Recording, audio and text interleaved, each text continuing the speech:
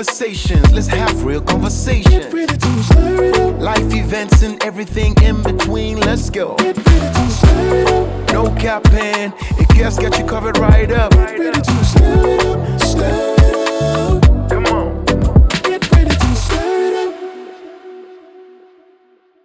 Welcome to Stir It Up. Today we have Dr. Christine Marble-Pierre. Welcome. Thank you. It's really great to have you. I am very excited to be here. Great. So in the fashion of this series, I will be introducing Dr. Pierre, Dr. Marble-Pierre. So Dr. Marble-Pierre is a clinical psychologist. Yes. She's the head of counseling, career guidance, and community life at Ghana International School. But she's in the middle of also transitioning into new terrain, where she's going to be doing psychology and supporting, people with their, therapy and so on at Mission Clinic. Yes. And I think that as a therapist, it's a whole new space for you dealing with adults as well, isn't it? Yes. Well, I have dealt with adults in the past, and I always try to do a little bit of both, even as head of counseling. But it's definitely new territory. So it's coming with anticipation and exciement. Absolutely. Yeah. But all the best with this new chapter that you're about to open. Thank you. Right. Dr. Marble-Pierre is also part of the Ghana Psychologists Association. I think that as psychologists, you're building bigger communities in Ghana now. So well done with all of that. Thanks. Okay. So as part of this series, today we're going to be talking about hope. Hope is a good thing, right? So it's that optimism that we're going to be talking about today. So I want to start off with my usual introductions where I talk about how I've negotiated many times in my life, right? So where I negotiate with my family, with my friends. I've even negotiated with God, where I say, God, if you do this, I'll do this, right? And then as I'm going through these negotiations, sometimes I'm wondering, will I get what I want? And in those negotiations, I have this desire and this wish to get what I want. And I always say that wish, that hope, is a very powerful emotion for me. But I ask, is it just an emotion or is there more to it, right? But it's also about the future and me being positive. And I think that when we are living in these times that we are living in, a lot of us are cleaving tightly onto hope that things will get better and we'll have a lot more positives in our life. So my first thought is, do you think this is an important conversation to have? Oh my goodness, so important. I mean, hope is really what drives us forward when you think about it. You mentioned the word desire. I think of aspiration. So, I mean, this economy, money, you're trying to have a quality of life, you're trying to survive. Hope is the thing that keeps you going day to day. Like you wake up every morning and you say, I'm going to keep trying. I'm going to keep going. So it's foundational really to everything. It's foundational to existence. It's foundational to the level of life that we all aspire to. Okay. So let's dig in. Is hope just an emotion? Hope is so much more than emotion. Okay. So hope is, when you think about hope, if you think of it as going from point, you're here at this point and you're trying to get to the next point. Hope is, yes, it's a feeling, but it's also a decision. It's a decision that you're making at every point to try to do something, right? So let's give an example of let's take a young lady who is hoping to find her true love and is just yearning for that final day when she'll find the partner of her dreams. Hope is, yes, it's a feeling of warm fuzziness, of goodness to come, but it's also a decision to go out there and deal with the quagmire of possible partners that you may meet. Yeah. It's a belief, in a sense, that good things can happen. It's willpower to push and do it. It's also an action. So it's all encompassing. It takes energy, honestly, to hope from day to day. And as you were talking, I was thinking about it being even my thoughts, right? Mm-hmm. Yeah. So there's potentially some cognitive side to what hope is, as in what I'm thinking about also influences my ability to hope. Yes, Would that be? That's absolutely right. Okay. So we all have different ways of thinking. Okay. And some of us are more prone to negative thoughts or pessimism, whereas some people tend to be more optimistic. Sometimes it's genetic. It's just personality. Okay. And sometimes it's a result of experiences. Okay. We are people that learn, right, from experience. So if you've been through enough hopeless situations, after a while, you tend to think in a way of like, this one, no, let me just save myself the trouble because I don't want disappointment. So we are all a little different in our level of hope, but there's definitely a cognitive aspect of how you think. And you can also choose, right? So you can have the genetics, the personality. We have I call them the Eeyores. From Winnie the Pooh? Yeah. There's a donkey Eeyore, and he's always like, the child in you. Yeah. I think if we all think about family, you have that family member who's the like, oh, everything is just negative. Yeah, and they have their reasons for it. Yeah. It might be genetic. It might be that they've lived that life. Yeah. But so there's the cognitive aspect, but there's also the willpower, the decision, the deliberate choice to say, am I going to go with my natural way of being or of thinking and do it that way? Or am I going to try and change my thought style? Got it. And do things differently? Got it. Is hope always positive? The things we hope for. This is a deep question, Ikea. Is hope always positive? So you know what comes to mind? Tell me.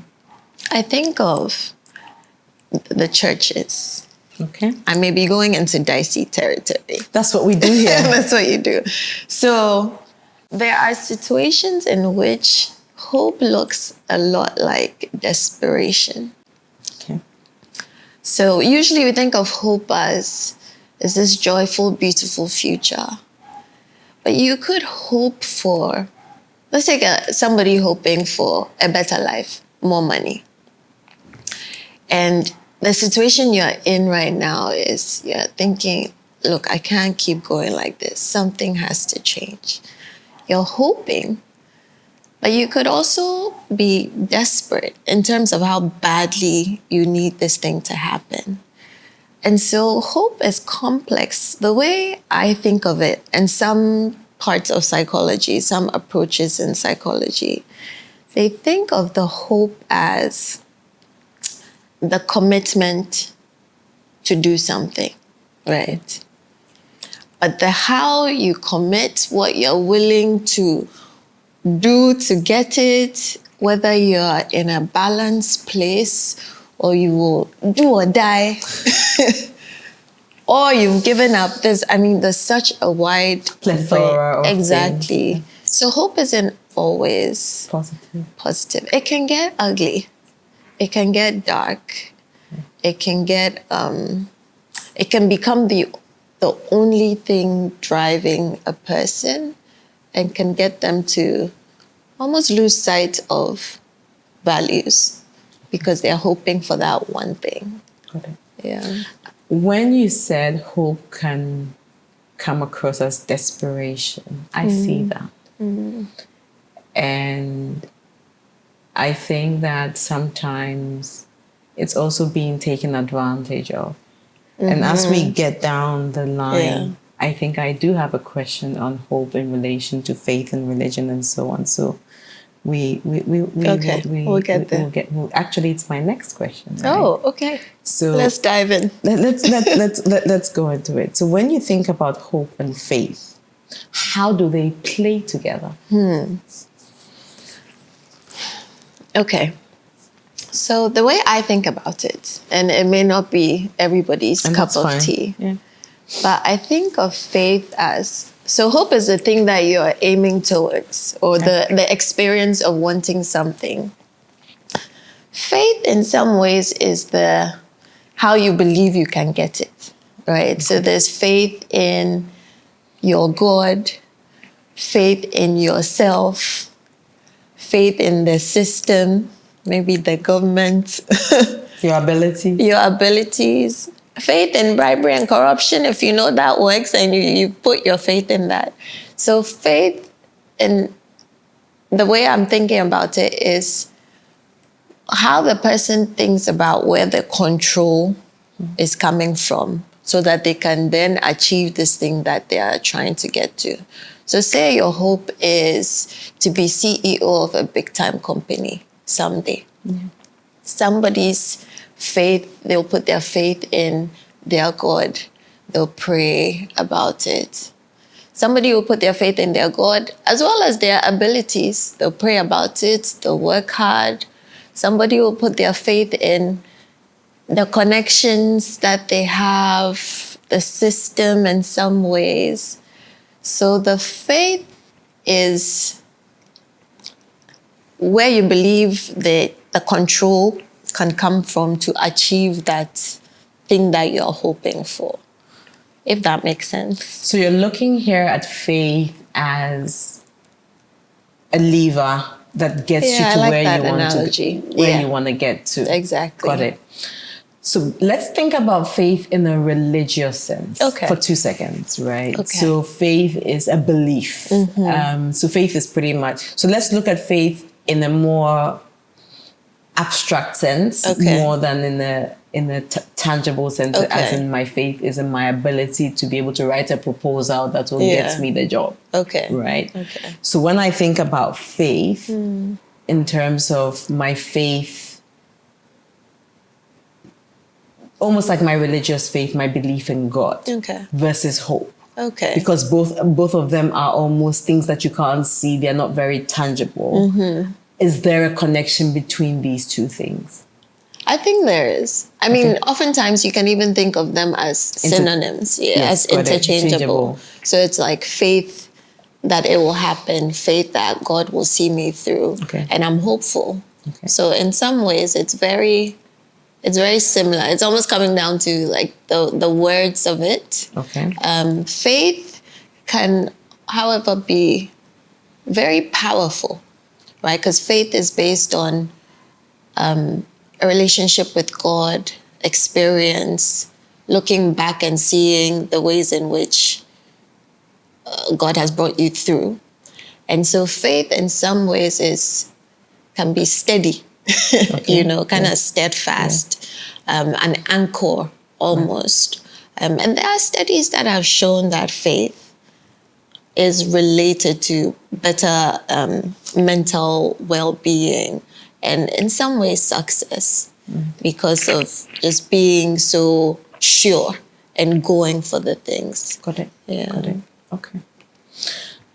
When I think about hope, I'm not, I haven't necessarily, I think hope is the things that we want, right? Whereas a lot of the time I think about faith as things that you don't deserve. But I'm thinking about it from more like my faith is that God's gonna take care of me, right? And it's almost like God's mercy. It's mercy, it's grace, it's me being taken care of. Yeah. within a certain context. But let's see how let's keep it rolling. That's very true. So, what kind of mindset does it take for one to be hopeful? What kind of mindset does it take? What kind of person has hope? The kind of person that has hope is somebody who can still see possibilities. So sometimes I'll deal with clients who are suicidal or they've given up. And it's because they've sort of looked at all the different possibilities, looked at everything, and they're just not seeing a way through. They don't see what their options are anymore. The kind of person that can still hope is somebody who is creative in a way, right? So they're problem solving, they are seeing through the way other people won't see the solution, but they're still trying to find a solution. They're hopeful. The faith comes to mind as well. Okay. The kind of person who believes in a higher power, so the impossible, nothing is impossible. Yeah. And then there's also the people who have social support. So I think a big part of it is resilience comes from the support of others.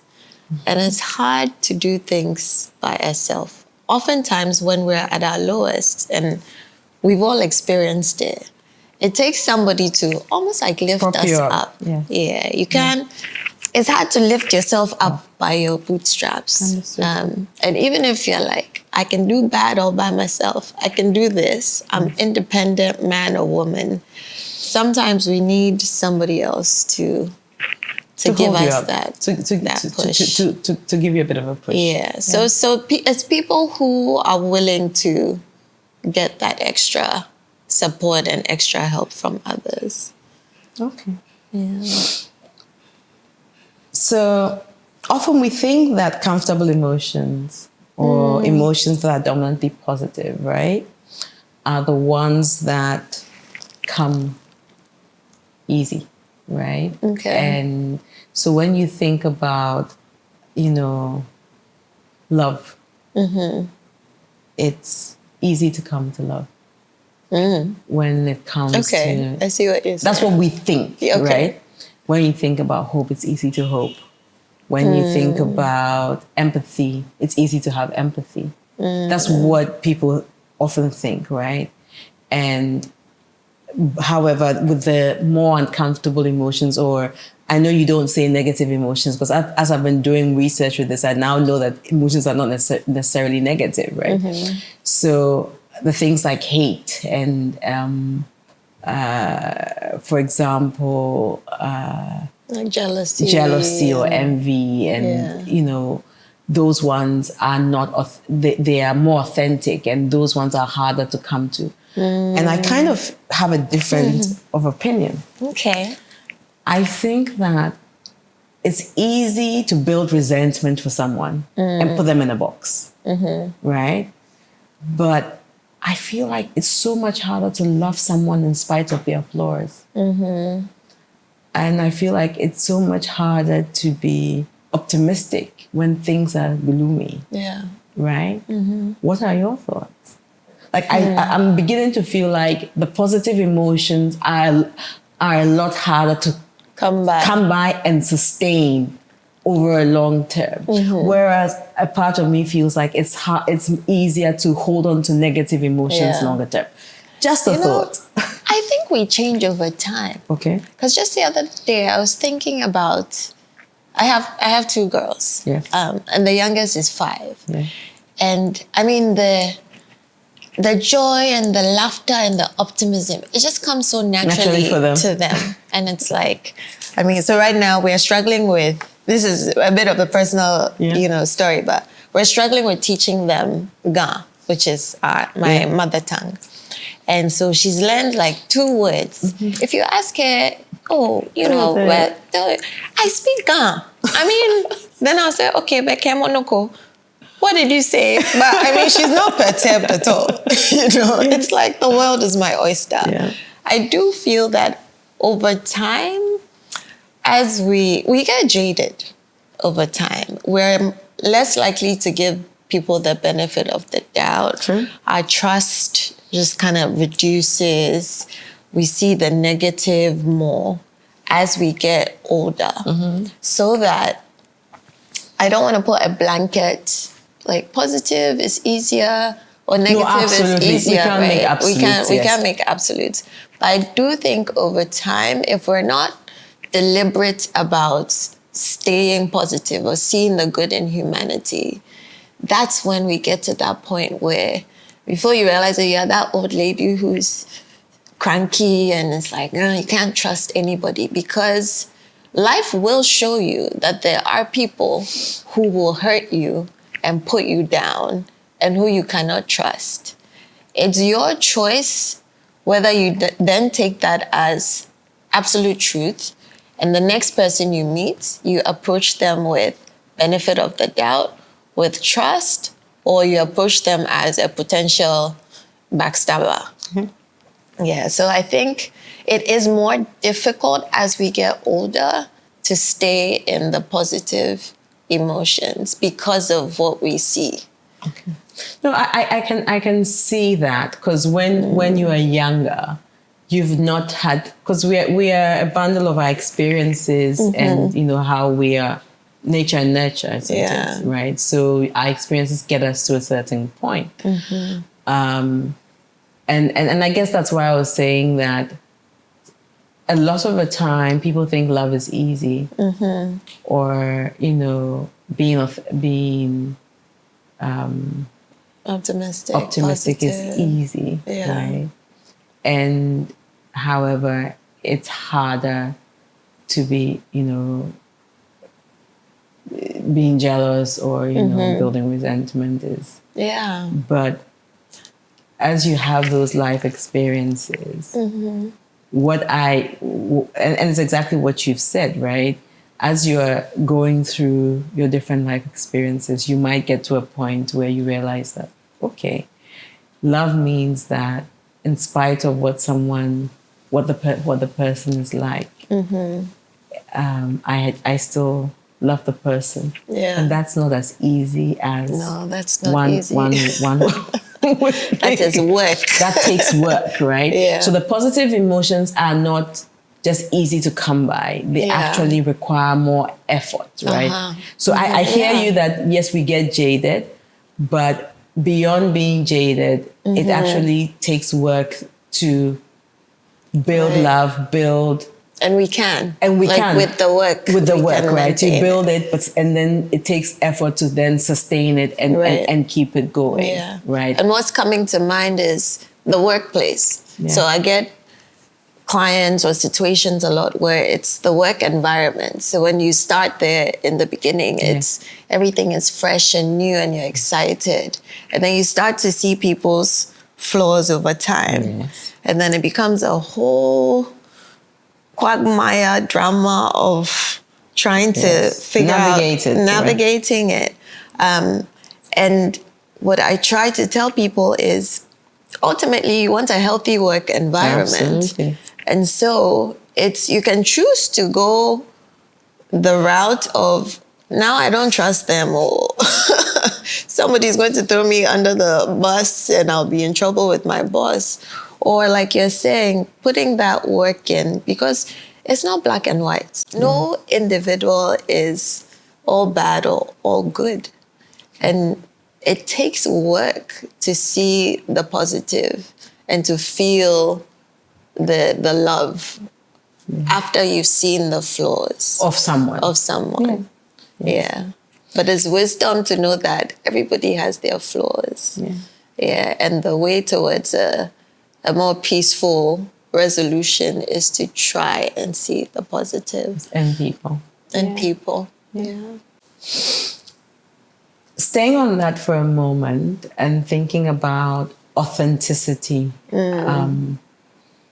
When you think about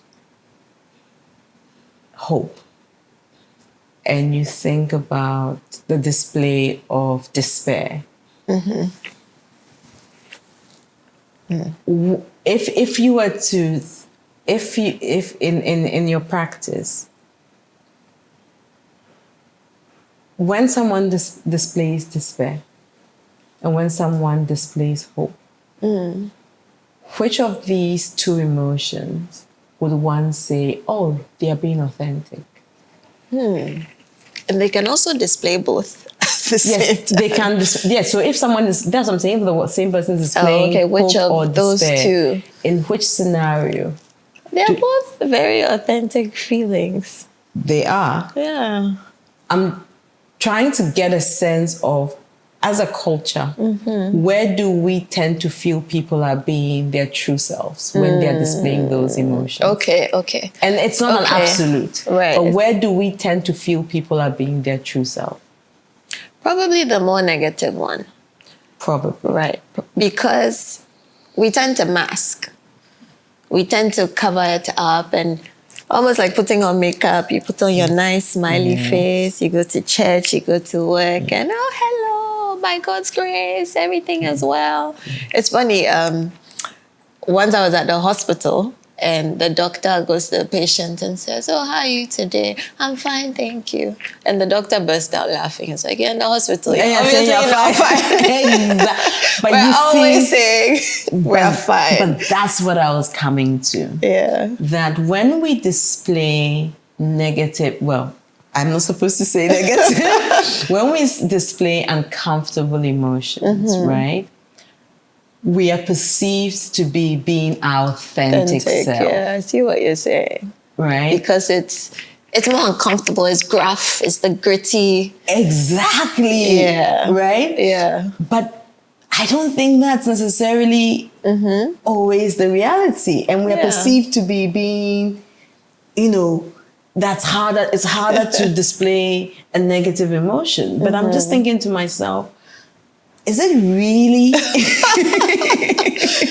No, it's not really. No, it's and then you not. will have those who honestly will display the negative with an intent. There's some manipulation there in Absolutely. showing it. So, Yeah. no, I don't think we can make that conclusion We that can't. because it's negative and it's making us uncomfortable, or they are uncomfortable in showing it, that it's more authentic. Because in some ways, to being, so I'll think of like women in the workplace, right? And a lot of women who are in top positions, they try to present themselves in a certain way, especially if you're working with a lot of men. You can't be too soft, too lovey, too cheerful. But it takes somebody who is really emotionally intelligent to still be able to show the nurturing side and then show the firm, uncomfortable emotion as well. Yeah. When do we have our very first lesson in hope? The very first lesson. The minute we desire something. I don't disagree. and that's Right? no, I agree with you. Yeah, the minute we desire something, we are hoping for it. Yes. There you go. Yeah. So that brings the question, how young could it be? It could be A baby desiring mother's milk. Absolutely. Just hoping that somebody will come and pick them up. Pick me up and put me to the nipple. Yeah. Absolutely. So straight from day one. Yeah. We start There's hoping hope for in there. things. Yeah. So it's such a fundamental It really is. emotion that we have, right? It's just that maybe we've not named it. Yeah. That's or so we interesting. don't see it as... Because in psychology, they have the 6 basic emotions. So they say there's 6 basic emotions across the world, whether you are in, North Pole or in Ghana. You have joy. You can feel joy. You can feel sadness. You can feel anger.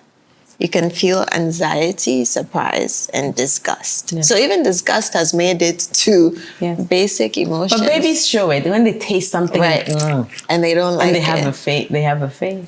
But I mean, as we're talking, we're discovering that hope Could be on it. Number or 7 should be on it. should be there, right? Because I feel Yeah. like you hope for something when you desire something, Yeah. right? And so in that moment, you should, as soon as that desire is there, Yeah. there is, I wish I had this. So maybe you should probably should start write a doing some, paper. you should start, maybe that's what you should be doing when you have a bit of time. Yeah. Dig into it. Digging into hope. Yeah. Especially since it's so fundamental It to is fundamental to us. moving forward. Yeah. Yeah. Okay. So we're going to do some myths because this is a game I've been playing. Okay. So I do myths. So it's myth or truth. It's almost like it's my version of like my truth or dare kind of thing. Okay. So hope is wishful thinking. So the question is it a myth or a fact? Myth, fact, what do you think, opinion? So I say it. Okay. And this gets me into lots of trouble, but I'm used to being in trouble all the time. Hope is So, wishful thinking. hope is Can wishful. I explain when Yes, I answer? absolutely, yes. Okay, I'd say that's a myth. Okay. Because the term wishful thinking connotes like you're just sitting on a couch making wishes. Absolutely. And hope is hard work. Okay. It comes from deep within and you have to work at it. So I'd say it's a myth. It's not just wishful thinking. Hope can be a powerful motivator and source of resilience. Amen. Yes, we're going to church. I agree with that one. It's a very powerful motivator.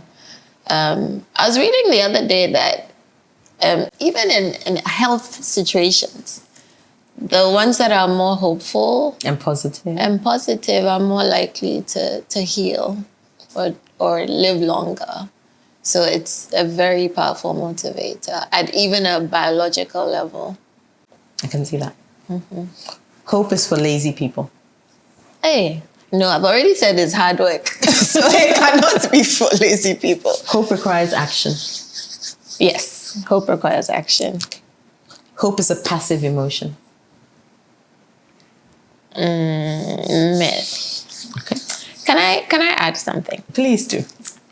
It depends. But everything depends. Everything depends.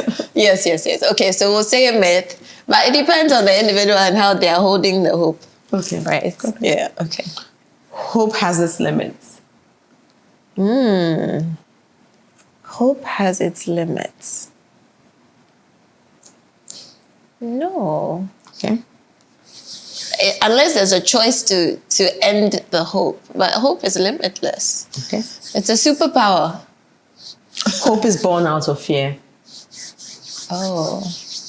Fear or faith. Right? So I'm just asking the questions.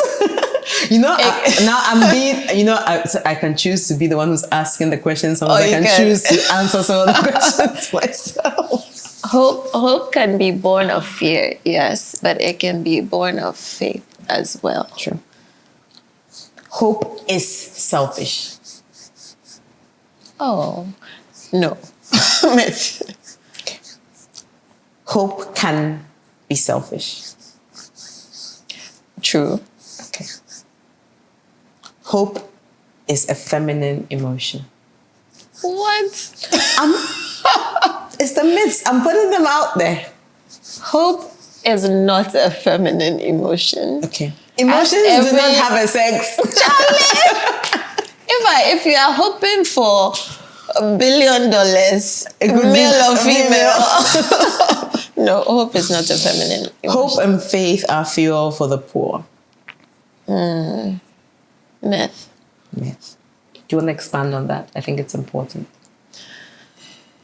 So the assumption is that the poor need hope, and that's kind of all they have. They cleave to. Right. Whether you're poor or not, you need hope to move, to act, to find anything worth fighting for. I think of revolutions and, activists. A demonstration is hope that things can get better, in a sense. A a new business idea to make money is hope that this will work. Yeah. So it's not just for those who have nothing else to cleave to.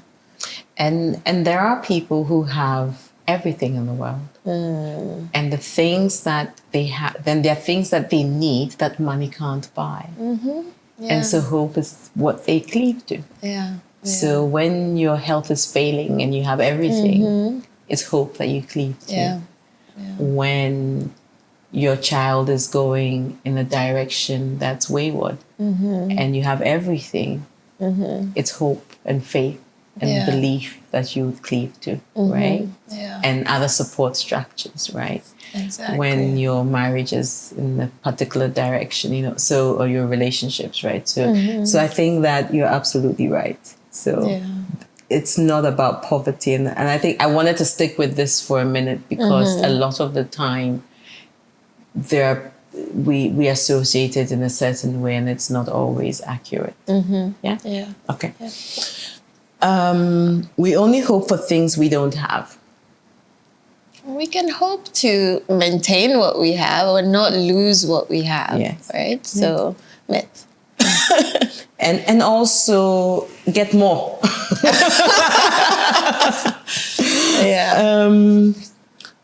Hope is often weaponized by leaders or people in power. Or can be. Let me say can. Am I safe?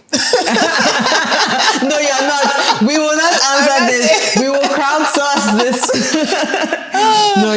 No, but I get what. It is. It can be. It definitely can be. I mentioned churches earlier, and that's a sore point for me. I see a lot of people who are desperate for something better, and you know, you go to church.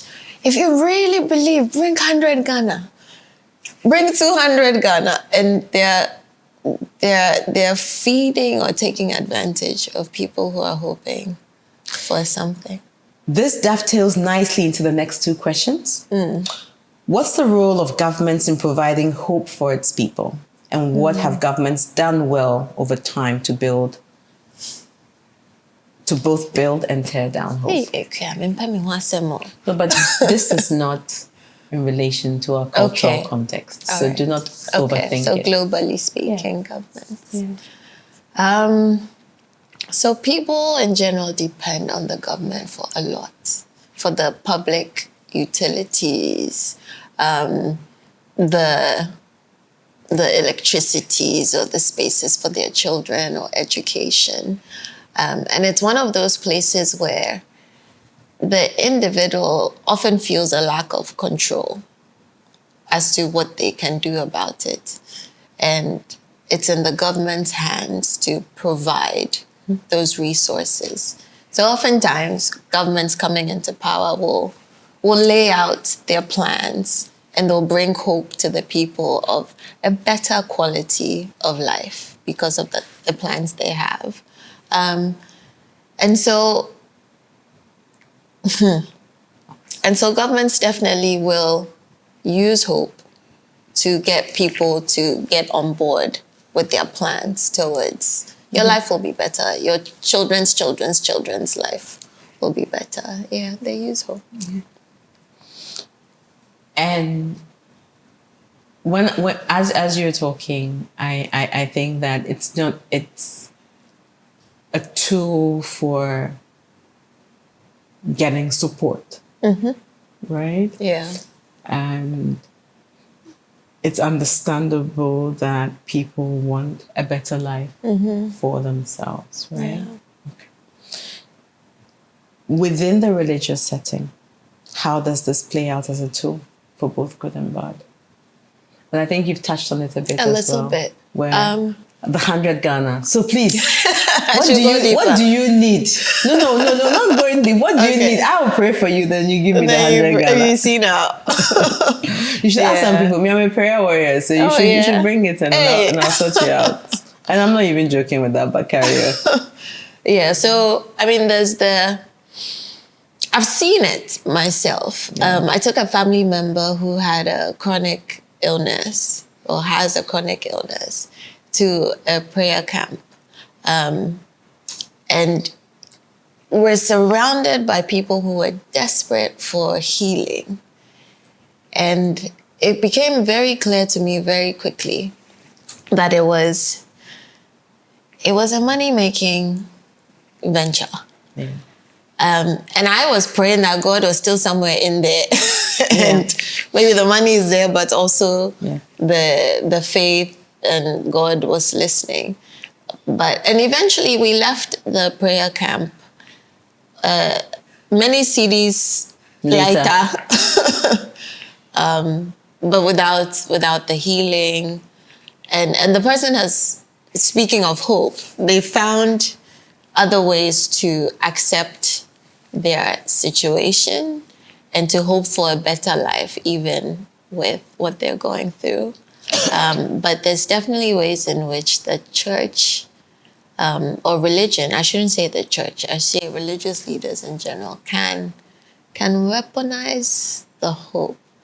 But there are also religious leaders who are very authentic and are very clear on where the source is coming from. Absolutely. Right? The source of healing, the source of power. And so I think with every situation, governments, religion, family members, you'll get those who are abusing it. That is hope. And those who are using it for healing, using it for a higher purpose, for good. Yeah. So I love what you've just said, because, I mean, as someone who does believe in God and believes in God's ability to heal and God's ability to, take care of us as his children, I have no doubt that, I mean, when I'm in a situation, he can, provide for me. And sometimes the support structure that is there for me is through a person of God. And sometimes it's through my own prayers to him, right? It depends. It's not a one size fits all, right? And sometimes it's through a sacrifice that I make. In the past, it might be a ram that would have been made by Abraham. Yeah. Today, it might be me giving up something. It might be me supporting someone else in service of God, blessing me in a certain way or whatever it is, right? And I know that God exists to take care of me. It's just that I need to be wise. And I also need to be discerning. Yeah. And I also need to know where God is. And if God is in something, you know what I mean? So that someone is not taking advantage of me. Right. And someone is also not, using God falsely, right? And so, like you rightly said, there are definitely people who are not, falsely using God. Yeah. But at the same time, there are. So it's also a thing of asking God, being sensitive to the Holy Spirit and saying, okay.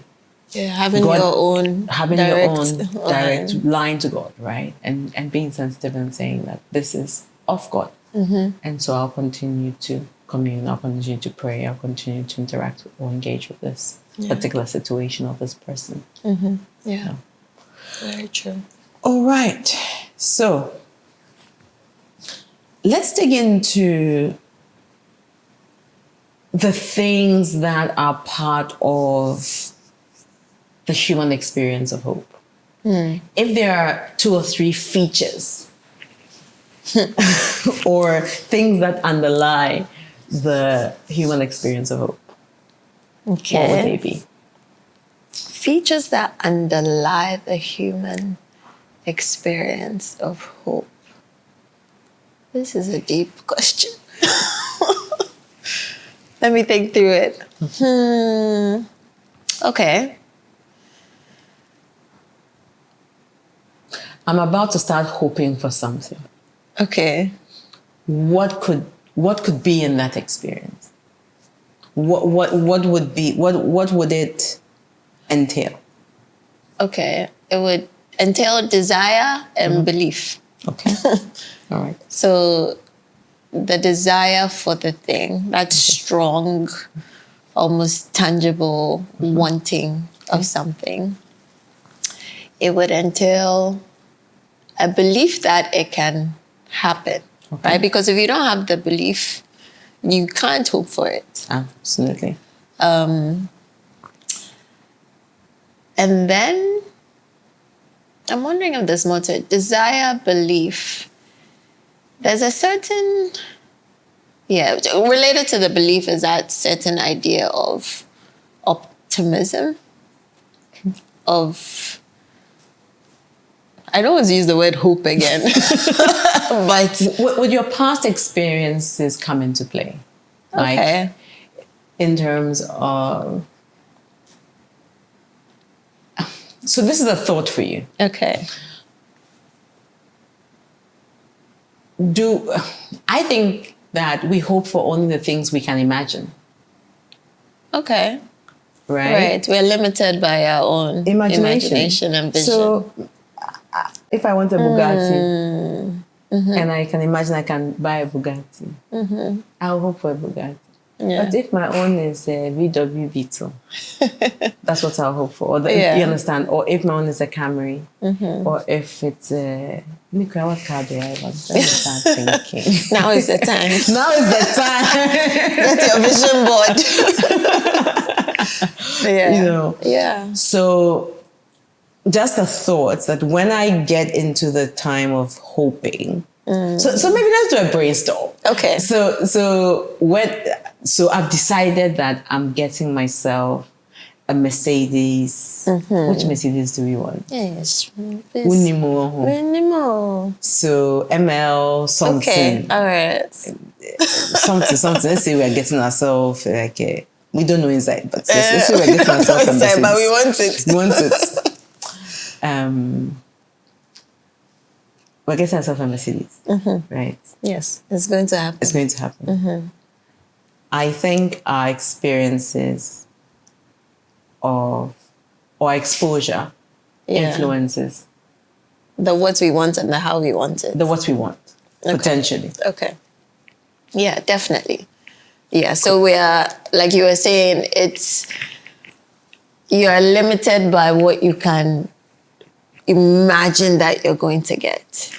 I see that actually in the workspace, the day-to-day of Ghanaian living as well, where you'll have the person who will happily take maybe a little bit of money for something, but not seeing the bigger picture of if you're going to take this small bribe or this small thing, you're crippling the business as a whole. So you won't have that in place. Right. But they can't ever imagine themselves benefiting from this bigger system anyway. Yeah. And so to them, their 20 or 200 is more important. Is the height of their absolutely. Their ambition. So it's your experience, it's your imagination, all of that influences your ability to hope, right? Yes. Which then means that should you consistently educate yourself, create opportunities for exposure for yourself, which then influences the things that you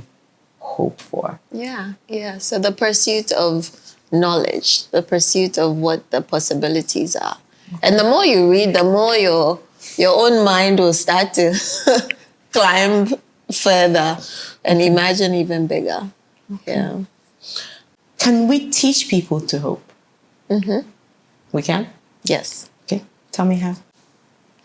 Starting with children, you can actually have lessons on hope. So one of the ways is in storytelling, or even in church we call it testimonies, right? In hearing of the ways in which somebody was at A and then they got all the way to this perfect place that they're very happy.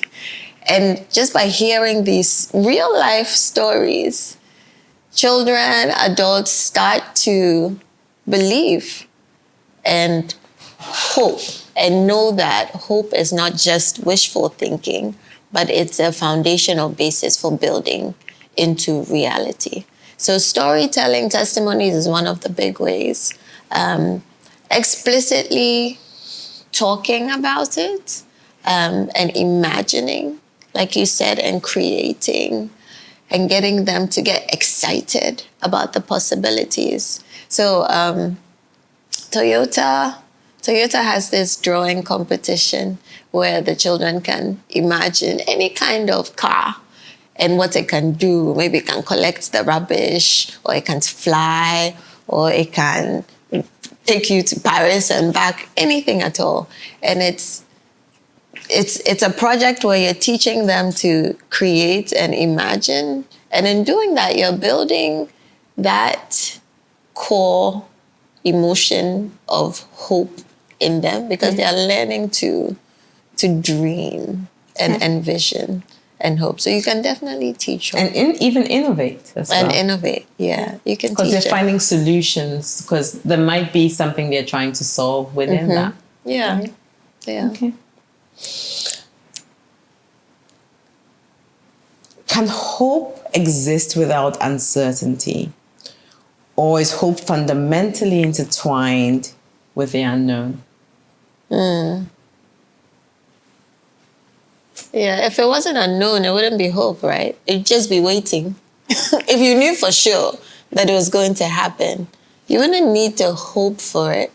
You'd just be waiting for it to happen. It's definitely going to happen anyway. Okay. There's no wish, or it's just a matter of time. Okay. So there is that element of uncertainty. Okay. I think the difference is more in the individual's mindset and their belief that despite the unknown, there are steps that can be taken to make it happen. So there's an element of uncertainty. All right. So now let's bring hope into this section of other fears, other emotions that we've talked about so far. How does hope interact with some of the other emotions? So when you think about fear, optimism, despair, empathy, how could hope be interacting with some of these other emotions? And I ask that because a lot of these emotions hope is future-based. Hope is something that you want for yourself. You know, for later. I hope for this, right? A lot of the other emotions are things that are happening in real time, right? How do they interact with those emotions? It's interesting you asked that question, because there's a psychotherapy approach called acceptance and commitment therapy. Give me a minute. Let me explain. Give you a minute. Take your time. And it's all about this. You've got the hope, yeah. Like you're saying, the hope is we're getting there. We're on a journey. We're on a journey. The acceptance, is most people. The fear is natural. Right, fear is very quick in our system, because our body thinks it's protecting us from danger, and it's a survival mechanism. Be afraid and run or fight or do whatever you need to do. And so you've got hope. It'll come with fear. It'll come with optimism at the same time. It'll come with anxiety. And it's not an easy path to go from fearing and almost digging yourself into a hole because you're so afraid, and this acceptance and commitment therapy approach is getting to a mindful place where you're actually embracing the fear. You're facing it as this is the reality of it. I am afraid. I am also optimistic. Sometimes I can't sleep about it because of it. Sometimes I'm shaking, but you're accepting it before you can move forward to reaching the goal. So you're carrying the hope on one shoulder, and you're carrying all the other emotions on the other. And so the difficulty is a psychotherapy approach, because most people want to hold just the hope and pretend everything else is not there. All the yucky, uncomfortable feelings are not there, but they are. And it's better to acknowledge them. I thank you. Acknowledge it, face it. Say, come, let's go. We're on this journey together. We are going together. We're going. We will get there, no matter how uncomfortable the And at some feelings point are. in time, we reach your bus stop. And you then get off. you get off, because we know that now we are past We're ready. this. Yeah. So, and it's not, once a person or a client or an individual understands, like truly understands the benefit of the acknowledgement and the acceptance, the progress is so fast. But we can spend years just fighting I'll say negative, fighting the feelings that are pulling us back, and they stop us from getting there. I think that as humans, we often think in absolutes. And so we do not allow ourselves to make room that someone can be this and that. And a friend of mine sent me a clip from Sarah Jake Roberts. The reality is you can be angry and happy and sad and joyful and enthusiastic and hopeful and depressed. And all of those things, right, in one bucket of a person. The beauty of the human mind. And the beauty of the human mind, right? And be working your way through all of those things at the same time. And at any given time, one of them might be more powerful than the other, but it doesn't make you bad. It doesn't make you a lost cause, right? But a lot of the time, we think that somebody has to be this or that, not this and that. And reality is so complex. Absolutely. Yeah, we're almost limiting ourselves in thinking we can put things in boxes. No, you can't. We can't. It's a beautiful mess. Okay. So it's nice how you've talked about it in terms of how they relate to it. So they will coexist with all the other emotions. They will. And it's also being able to acknowledge that in that coexistence, hope has a role to play, and so do the other emotions. And there'll be time and place for those emotions, and there'll be times when those emotions will have to get off that bandwagon. Right. There are even ways in which the fear, for instance, let's just take fear, will help you. So we think of fear as we don't want to feel the fear, but a little bit of fear is actually good to make sure that you keep moving, keep working towards it. So are there any ethical implications of fostering hope, right? Especially from a professional standpoint, when it's clear that there's no hope. So for a doctor. Yeah.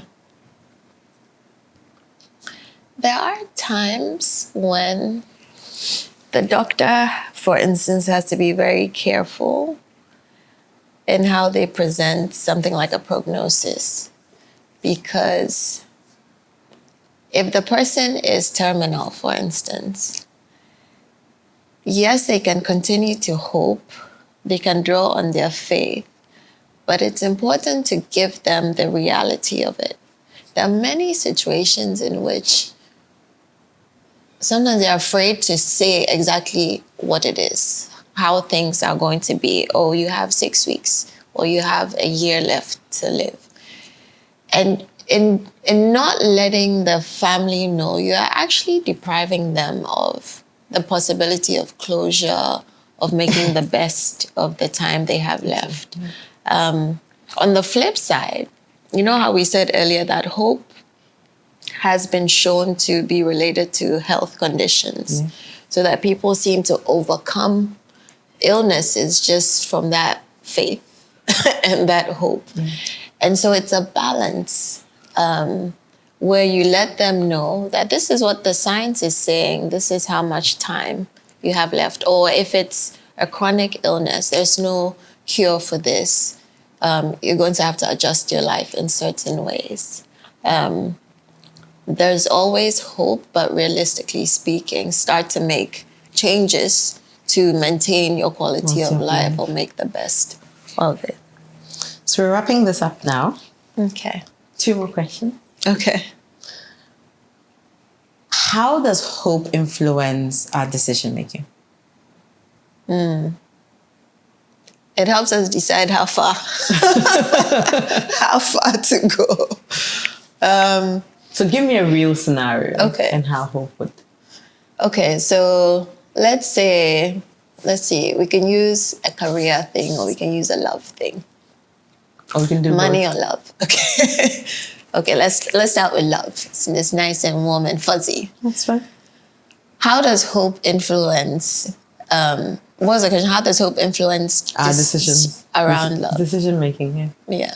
So if I've actually met quite a few people who they've given up on the idea of true love, right? Where it's like, it's transactional at this point. You can't trust anybody.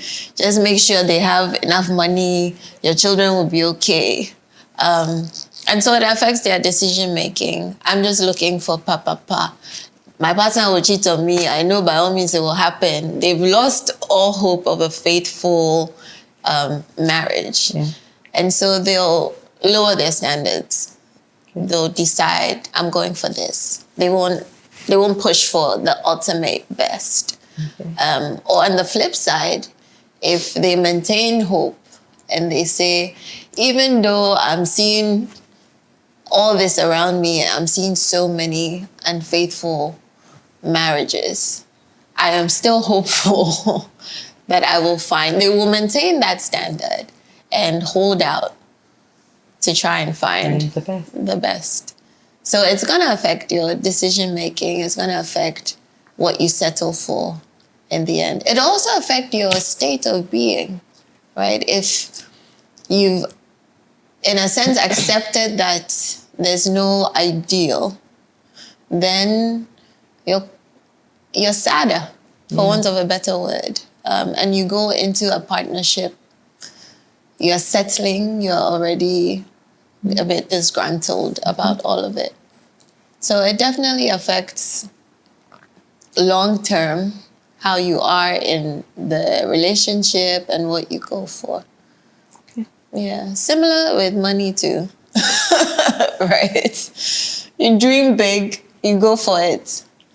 Being realistic, but you dream big. You take risks versus this isn't going anywhere. I mean, there's no way we're going to start a new hospital that will give affordable health care and be efficient. And then you just settle for the status quo.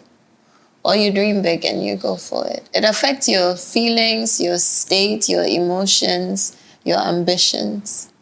Okay. So, in a world where everything's going completely crazy,